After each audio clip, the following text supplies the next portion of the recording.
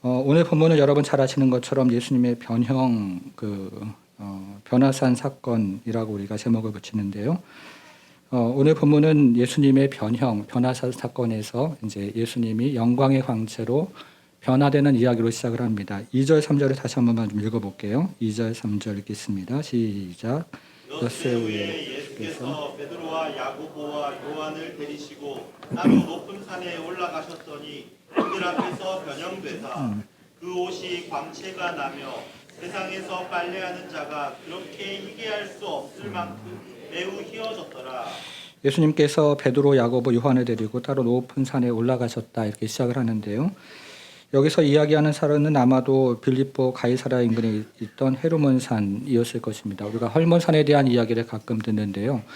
이 헐몬산은 높은 봉우리가 2774m라고 합니다. 굉장히 높죠. 그래서 이 험한 산줄령을 올라가는 어느 지점에서 이제 일어난 사건을 이야기하는데, 어느 지점에 이르자 예수님은 제자들 앞에서 이제 변형이 되었습니다. 영광스러운 모습으로 이제 변화가 되시는 것입니다. 예수님의 이 외모는 하나님 나라가 임할 때, 그리고 예수님이 재림하실 때 얼마나 영광스러운 모습으로 임재하실지를 미리 보여주시는 그런 사건이었습니다. 3절은 그래서 그 모습을 이야기하기를 옷에 광채가 나며 세상에서 빨래하는 자가 그렇게 희게할 수 없을 만큼 휘어졌다고 이야기를 합니다. 아마 옷도 아마 그렇게 빛났을 것 같고 예수님의 얼굴도 그랬을 것이고 영광스러운 광채로 예수님은 변화되었을 것입니다. 그런데 이 예수님의 광채를 설명하기 위해서 오늘 본문이 아주 독특한 단어를 하나 사용을 하는데요. 여러분 2절을 다시 한번 보시면 어떤 말로 시작을 합니까? 엿새 후에 이렇게 시작을 하는데요. 우리가 마가복음을 읽어보면 마가복음에는 이 날짜에 대한 이야기가 잘 나오지 않습니다. 정확한 날짜, 기간, 시간에 대해서 나오지 않고 일반적으로 이것을 뭉뚱그려서 즉시라고 표현하기도 하고 얼마 후에 이런 표현으로 주로 사용을 합니다. 그러니까 지금 9장 2절에서 우리가 지금 살펴보는 엿새 후에라는 것은 굉장히 마가복음에서는 특별하고 독특한 표현인데 이것이 구약에서 어떤 의미를 가지고 있습니다. 그래서 화면을 가지고 한번 보겠습니다. 출애굽기 24장 16절 나오죠. 네. 출애굽기 24장 16절인데요. 여호와의 영광이 시내 산에 머무르고 구름이 엿새 동안 산을 가리더니 일곱째 날에 여호와께서 구름 가운데서 모세를 부르시니라. 자, 엿새 동안이라는 말이 나옵니다. 모세가 하나님을 만나기 위해서 준비한 시간이 엿새였죠. 하나님을 대면하기 전에 가졌던 모세 시간이 엿새였던 겁니다. 그러니까 모세가 하나님을 만나기 전에 엿새를 기다리고 대면했던 것처럼 제자들이 엿새 후에 그리스도의 영광을 보게 되었습니다. 그러니까 이 말은 같이 연결을 해서 생각을 해보면 모세가 보았던 그 영광이 곧 제자들이 보았던 바로 그 그리스도의 영광이라는 것이죠.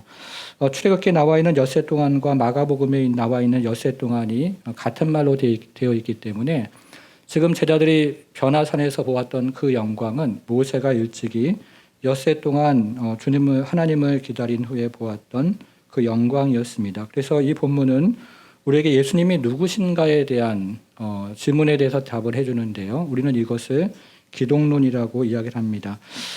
여러분, 그런데 오늘 본문에는 더 중요한 메시지가 있습니다. 그 메시지를 저는 지금부터 조금 생각해 보기를 원합니다. 4절을 한번 볼게요. 4절 같이 읽어보겠습니다. 시작. 이에 엘리야가 모세와 함께 그들에게 나타나 예수와 더불어 말하거늘. 예수님의 영광스러운 광채로 변화되었고 이제 모세가 등장을 하고 이어서 엘리야가 등장을 합니다. 그리고 모세와 엘리야가 예수님과 대화를 합니다. 굉장히 좀 신비로운 구절인데요. 여러분, 구약에 많은 인물이 있잖아요. 욥도 있고 다니엘도 있고 아브라함도 있고 다윗도 있고 선지자도 여러 명 있는데 예레미야, 이사야, 에스겔 여러 사람이 있는데 그 중에서 특별히 오늘 본문에 나오는 인물은 모세라는 인물과 엘리야입니다. 왜 모세와 엘리야가 나왔을까 하는 생각을 해보게 됩니다. 먼저 모세가 누구입니까? 모세는 이스라엘 백성을 애굽에서 구원한 사람이죠. 엘리야는요? 엘리야는 이스라엘을 우상 숭배에서 구원한 사람입니다. 이 두 사람이 가지고 있는 공통점은 구원자라는 것입니다. 이 두 사람은 구원자인데요. 그러므로 이들은 메시아의 모형이 됩니다. 이들은 오실 메시아가 어떤 모습으로 오실지를 미리 보여주는 메시아의 모형, 구원자의 그림자를 이들은 보여주었습니다. 근데 모세와 엘리야가 등장하는 더 중요한 이유가 있는데요. 우리가 구약을 읽어보면 이 모세와 엘리야가 동시에 등장하는 구절이 있습니다. 말라기를 한번 봤으면 좋겠는데요. 화면에 혹시 나올까요? 네. 한번 펴보겠습니다. 말라기 4장으로 한번 가보겠습니다. 말라기 4장. 네. 구약의 맨 마지막 책을 한번 볼게요. 말라기 4장 4절부터 6절을 한번 보겠습니다. 네. 말라기 4장 4절부터 6절을 보니까 너희는 내가 호렙에서 온 이스라엘을 위하여 내 종 모세에게 명령한 법 곧 율례와 법도를 기억하라. 자, 모세가 나왔죠. 자, 그다음 한번 보겠습니다. 5절. 보라, 여호와의 크고 두려운 날이 이르기 전에 내가 선지자 엘리야를 너희에게 보내리니. 엘리야가 나왔죠. 자, 엘리야의 역할이 6절에 나오는데요. 6절은 같이 읽어보겠습니다. 시작. 그가 아버지의 마음을 자녀에게로 돌이키게 하고 자녀들의 마음을 그들의 아버지에게로 돌이키게 하리라. 돌이키지 아니하면 두렵건대 내가 와서 저주로 그 땅을 칠까 하노라 하시니라. 네, 4절에 모세가 나오는데 모세가 무엇을 대표하는지 보니까 법, 곧 율례와 법도라고 되어 있습니다. 그러니까 모세는 율법을 대표하는 사람인 거죠. 자, 엘리야는 뭐라고 되어 있습니까? 엘리야가 대표하는 것은 아버지의 마음을 자녀에게로 돌이키게 하고 자녀의 마음을 아버지께로 돌이키게 하는 선지자를 대표하는 사람입니다. 사람들의 모든 세대가 한 마음이 되어서 여호와의 언약을 준수하게 하는 것이 선지자의 역할이었기 때문에 엘리야는 지금 선지자를 대표하는 사람인 것입니다. 이렇게 오늘 본문에는 율법을 대표하는 모세 그리고 선지자를 대표하는 엘리야가 등장을 합니다. 자, 그러면 모세와 엘리야가 무엇을 합니까? 4절에 보니까 다시 마가복음으로 돌아와서요. 4절 9장 4절에 보니까 이에 엘리야가 모세와 함께 그들에게 나타나 예수와 더불어 말을 했죠. 예, 말을 했습니다. 무슨 말을 했을까요? 본문이 나와 있지 않기 때문에 정확히 이 모세와 엘리야가 무슨 말을 했는지는 알 수가 없습니다. 그러나 우리가 추측을 해볼 수가 있는데요. 모세는 율법의 대표라고 했으니까 율법이 가리키는 것이 바로 예수님이십니다. 이렇게 말을 했을 것 같고요. 엘리야는 선지자를 대표하는 것이니까 선지자들이 예언했던 그 예언의 최종적인 성취가 바로 예수님이십니다. 이렇게 이야기를 하지 않았을까 추측을 할 수가 있습니다. 그러니까 율법과 선지자들이 증거했던 것이 바로 예수님이었기 때문에 모세와 엘리야가 바로 율법의 대표자 그리고 선지자의 대표자가 율법과 선지자가 증거했던 분이 바로 당신입니다 라는 말을 하지 않았을까 이렇게 추측을 해보는 것이죠.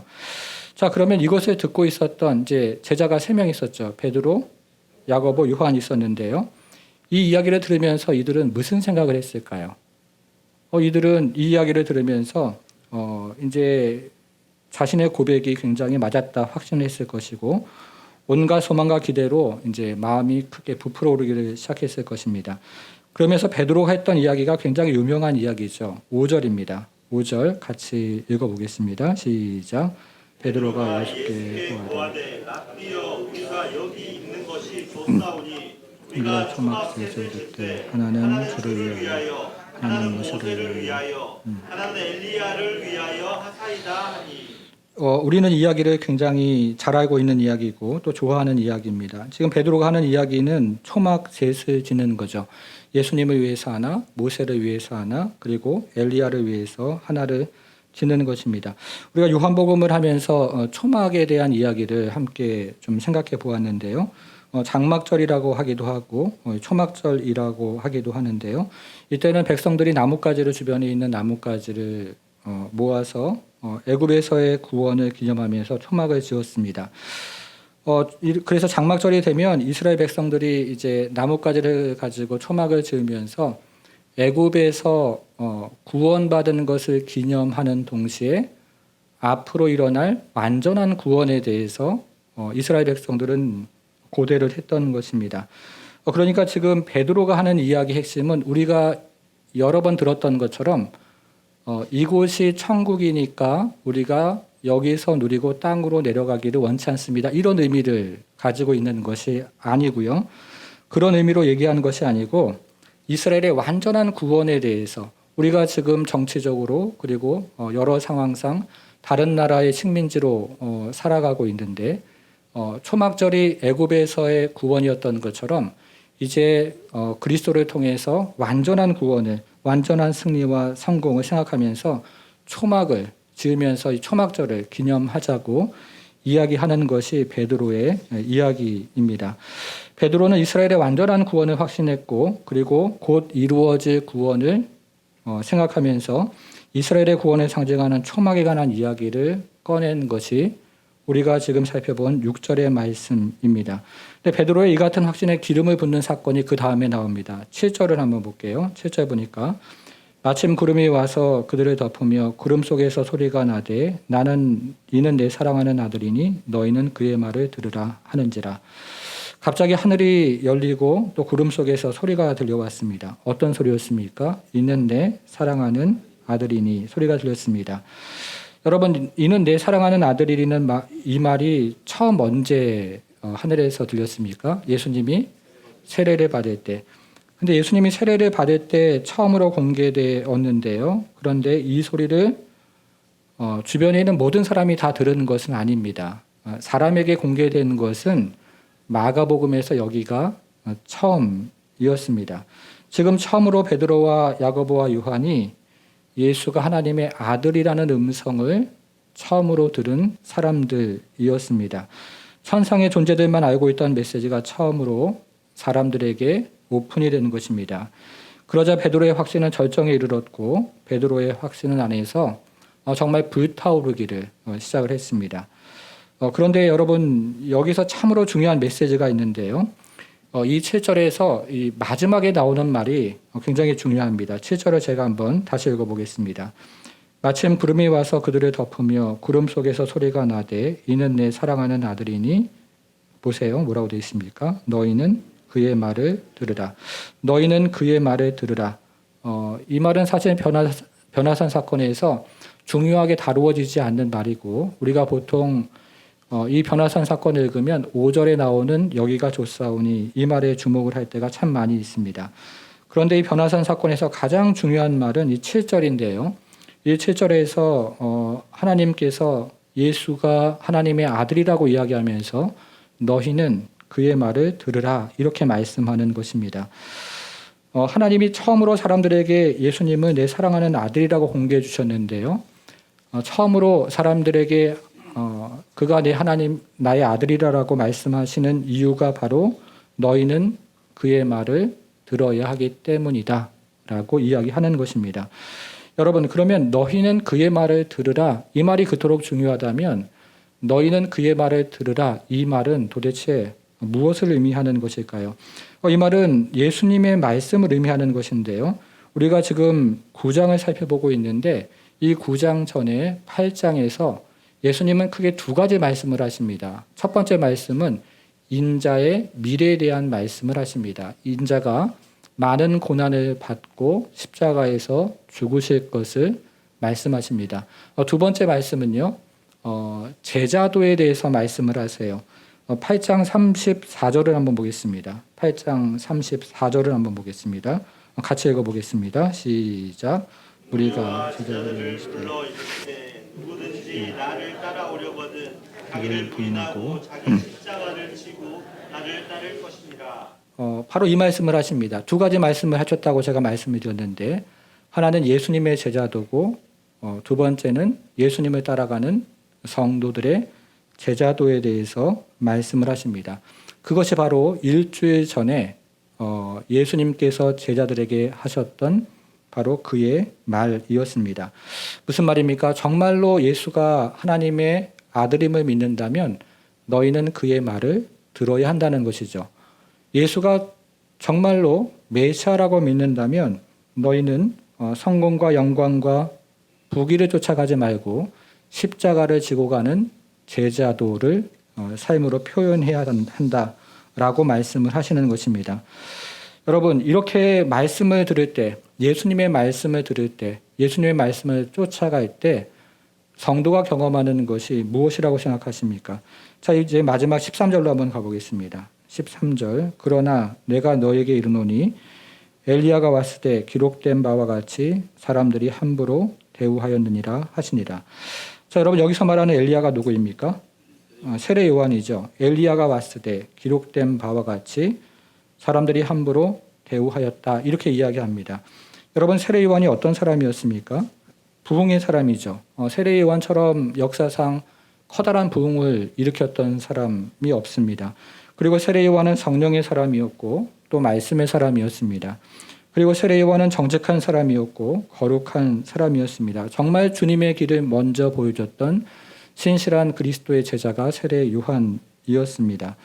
여러분, 그런데 13절에 보니까 이 세례 요한을 사람들이 세상이 어떻게 대우했냐면 기록된 바와 같이 사람들이 함부로 대우했다고 이야기합니다. 우리가 아는 것처럼 세례 요한은 헤롯의 부정을 이야기하다가 감옥에 갇혔습니다. 한 달, 두 달 갇히는 것이 아니라 10여 달을 갇혔습니다. 아주 지하에 있는 컴컴한 감옥에 10달 동안 갇혀서 죽을 고생을 했던 것이죠. 그리고 결국 우리가 아는 것처럼 그는 참수를 당했습니다. 세상이 사람들이 세례 요한을 함부로 대했던 것입니다. 바로 이것이 13절이 이야기하는 내용인데요. 그런데 여기서 우리가 기억해야 되는 것이 그 앞에 나온 말입니다. 뭐라고 되어 있냐면 기록된 바와 같이라고 되어 있습니다. 여러분, 이 말의 의미가 무엇이라고 생각하십니까? 이 말의 의미는 세례 요한의 인생, 사람들이 세례 요한을 함부로 대했던 것이 하나님의 섭리 가운데, 경륜 가운데, 예정 가운데 있었다는 것입니다. 사람들이 세례 요한을 함부로 대우했지만 이것은 우연찮게 역사가 진행되는 것이 아니고 비록 그는 참으로 비참한 죽음을 경험했지만 그 모든 것이 하나님의 경륜과 그리고 섭리와 간섭하심 가운데 일어난 일이라고 이야기합니다. 여러분, 우리는 지금 마가복음을 잠시 살펴보고 있는데요. 이 마가복음의 독자가 누구인지 아십니까? 이 마가복음의 독자는 주로 로마에 사는 성도들이었습니다. 당시 로마 시민들은 로마에 사는 성도들을 함부로 대우했습니다. 제가 대학생 때 그 배낭을 짊어지고 유럽 여행을 갔던 적이 있는데요. 로마를 방문해서 여러분 잘 아시는 콜로세움에 가본 적이 있습니다. 그리고 카타콤에도 방문을 했던 적이 있습니다. 지하에서 컴컴한 데서 사람들이 생활하는 모습들을 거기서 상상을 해보았고, 또 카타콤은 우리가 원형 경기장이라고 이야기하는데요. 한쪽에 이게 안에는 미로처럼 되어 있고 한쪽에 문이 있고 반대편에 문이 있는데 한쪽에 문이 열리면 사자가 나오고 또 한쪽에 문이 열리면 그리스도인이 나와서 미로처럼 서로 도망가다가 어느 순간 마주해서 사자밥이 되는 것을 로마 사람들이 위에서 지켜보고 있었던 것이죠. 로마 시민들이 성도들을 함부로 대우했던 것입니다. 여러분, 그런데 지금 이 본문은 그것을 이야기하면서 우리에게 어떤 이야기를 들려주기를 원하는 것이냐면 이것이 바로 진실된 그리스도인의 경험이요 삶이라는 것입니다. 사람들이 우리를 함부로 대하고 그리고 아무렇지 않게 대하는 것이 그리스도인이 경험하는 이 세상에서의 경험이라는 것이죠. 세례 요한을 함부로 대우했던 것처럼 사람들은 세상에 있는 교회를 함부로 대우하고 예수님을 함부로 대우했던 것처럼 세상이 우리를 함부로 대우한다는 것입니다. 세례 요한이 무기력하게 죽어갔던 것처럼 예수 그리스도의 십자가를 바라볼 때 그리스도 역시 그러했고 그분을 따르는 성도들도 그렇다는 것입니다. 우리는 때로 힘을 가지고 싶죠. 교회가 힘을 가지고 세상을 통치하고 지배하고 그러면서 사람들이 많이 모이고 또 힘과 권력을 또 가지고서 이 세상을 변화시킬 것이다 라고 생각하지만 성경이 우리에게 들려주고 있는 것은 보편적인 그리스도의 삶, 그리고 그리스도를 따라가는 삶, 그리고 세례 요한을 따라가는 삶은 세상이 우리를 함부로 대우하고 때로는 우리가 무기력하게 십자가에 달리고 무기력하게 세례 요한처럼 죽어가는 그런 모습, 그러면서 하나님께서 역사하시고 그 모습을 통해서 하나님이 일하시는 그런 모습이라고 이야기하는 것입니다. 성도 여러분 중에서도 그런 경험을 할 때가 있지 않습니까? 우리가 세상에서 정직하게 살아가면 정직하게 살아갈수록 세상이 우리를 무시하고 함부로 대우하고 또 교회를 무시하고 함부로 대우하는 그런 경험을 우리는 살아가는데 그런 경험이 이상한 경험이 아니고 이 땅에서 나그네로 살아가는 그런 경험이 바로 그리스도로 쫓아가는 제자도의 삶을 살아가는 사람들의 경험이라는 것입니다. 그런데 이때 우리가 한 가지 기억해야 될 것이 있습니다. 그것이 무엇이냐면 기록된 바와 같이라는 말씀입니다. 사람들이 세례 요한을 함부로 대우했지만 그것이 하나님의 경륜과 섭리 가운데 일어난 일인 것처럼 우리가 세상을 살아가면서 때로 무기력하고 그리고 우리를 함부로 대우하는 그 세상을 바라보면서 우리가 가져야 되는 생각은 그것이 동일하게 하나님의 섭리와 그리고 하나님의 경륜 가운데 있다는 것입니다. 여러분, 예수 그리스도가 십자가에 달릴 때 참 무기력하셨죠. 그리고 그분이 죽으실 때 참 세상이 그분을 무시했습니다. 그런데 우리가 아는 것처럼 그 십자가는 하나님의 경륜과 그리고 섭리 가운데 있었습니다. 세례 요한도 마찬가지였습니다. 참수를 당할 때 그는 참 무기력하게 세상의 힘에 의해서 희생을 당한 것처럼 생각이 되었습니다. 그러나 그것이 성경을 나중에 우리가 읽어보면 하나님의 경륜이었고 하나님의 예정이었던 것입니다. 우리도 마찬가지라는 거죠. 우리가 세상에서 때로는 힘없는 사람으로 살아가고 정직하면 정직할수록 그리스도를 쫓아가면 쫓아갈수록 우리가 함부로 대우를 받는 그런 경험을 할 때가 있는데 그것이 하나님의 섭리 밖에서 일어나는 것이 아니고 하나님의 섭리 가운데 그리고 예정 가운데 경륜 가운데 있다는 것입니다. 우리의 가정도 그렇고 우리의 교회도 그렇고 우리의 인생도 그런 것입니다. 여러분, 그러나 우리가 이런 아무리 어려운 시련을 경험하고 그리고 고난이 닥쳐와도 그것이 하나님의 경륜 가운데 있다는 것입니다. 지난 한 주간을 한번 생각해 보세요. 그리고 지난 여러분의 인생을 한번 돌이켜 보십시오. 여러분들이 고통당하고 고난당할 때 그것이 하나님의 섭리 밖에 있었던 것이 아니고 하나님의 섭리 가운데 일어났던 일이고 그러면서 우리는 하나님께서 우리를 우리의 생각과는 다른 방향으로 인도하시는 것을 경험하는 것입니다. 우리가 그런 이 약속의 말씀을 다시 한번 부여잡고 우리가 인생을 살아갈 때 우리가 예상하지 못한 일을 만날 때 그 예상하지 못한 일이 그리스도의 예정과 섭리 가운데 있는 이름을 믿고 한 걸음 한 걸음 주와 동행하는 그런 승리의 삶을 살아가는 그리스도의 성도 제자 모두가 되기를 주님의 이름으로 축복합니다. 엘리야가 왔을 때 기록된 바와 같이 사람들이 함부로 대우하였느니라 라고 이야기합니다. 그리스도의 제자들이 여러분 누구입니까? 오늘날 많은 교회들은 성공의 이야기 그리고 또 무언가 성취했던 이야기를 간증처럼 쏟아내는 그런 시대를 우리는 살아가고 있습니다. 거기에도 하나님의 섭리가 있고 또 역사가 있을 겁니다. 그러나 그리스도인이 경험하는 표준 경험은 세례 요한이 걸어갔던 그 길, 그리고 예수께서 걸어갔던 그 길. 그래서 세상에서 참 대우받지 못하고 더 정직해야 되고 더 성실해야 되고 더 거룩하고 깨끗해야 하기 때문에 오히려 세상 사람들이 바보라고 손가락질하는 그런 길을 걸어가는 것이 바로 그리스도인입니다. 여러분들은 교회를 다니면서 무엇을 위해 다니십니까? 오늘날 어느덧 우리는 교회를 다니면서 무언가를 하나님 앞에 구하고 그러면서 그 구하는 것들이 풍성하게 넘쳐날 때 신앙생활의 표준인 것처럼 그리고 무언가를 하나님으로부터 또 얻고 그리고 기도의 응답을 받으면 그것이 마치 신앙생활을 잘하고 있는 것처럼 생각할 때가 참 많이 있습니다. 그러나 성경이 우리에게 들려주고 있는 것은 제자도의 길, 정말 자기의 십자가를 지고 그리스도를 따르는 길이 바로 지금 오늘 본문에서 이야기하는 세례 요한이고 그리고 예수 그리스도를 따라가는 제자들이라고 이야기합니다.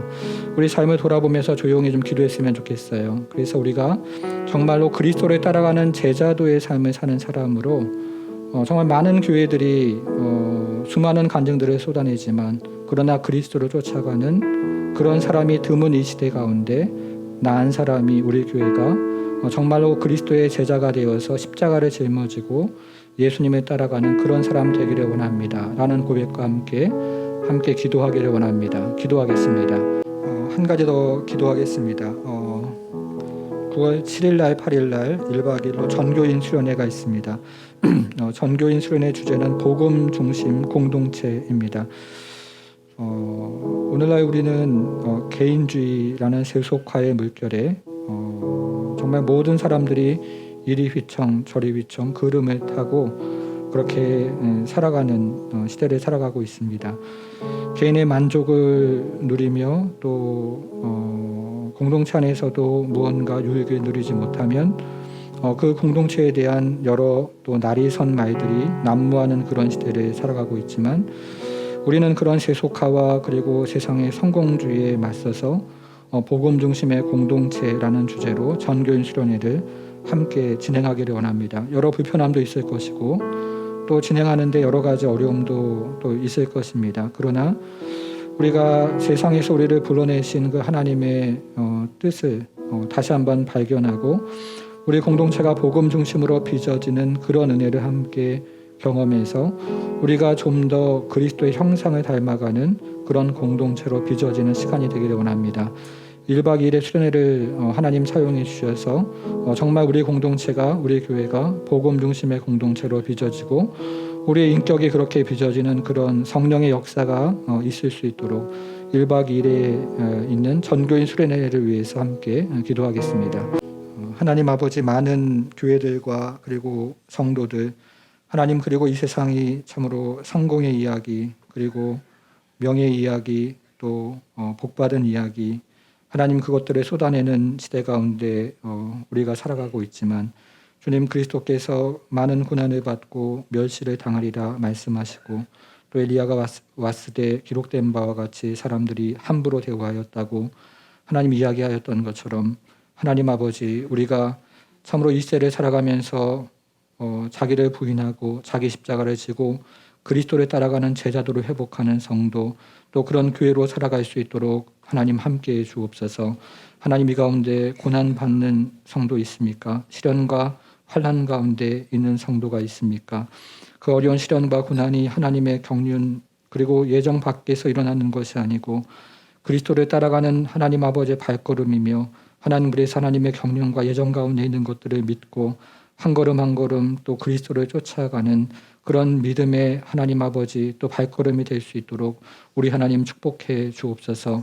하나님 우리가 이 땅에서 신앙생활을 하다 보면 참으로 수많은 하나님 아버지의 간증들을 들으면서 우리도 여전히 하나님 아버지 베드로가 이야기했던 것처럼 성공과 명예와 부와 그리고 하나님 자신의 유익을 쫓아갈 때가 참 많이 있습니다. 하나님 회개하오니 하나님 우리의 회개를 받으시며 다시 한번 그리스도의 십자가를 쫓아가는 교회 성도가 될 수 있도록 자기를 부인하고 자기 십자가를 지고 그리스도를 쫓아가는 그런 제자도의 삶을 우리가 살아갈 수 있도록 우리 하나님 함께해 주옵소서. 하나님 아버지 그것이 참으로 기쁨의 길 되게 하시고 즐거움의 길 되게 하시며 그래서 우리로 하여금 그리스도 예수를 따라가는 것이 세상이 할 수 없는 그 기쁨과 은혜를 누리는 영광스러운 길이 될 수 있도록 우리 하나님 함께해 주옵소서.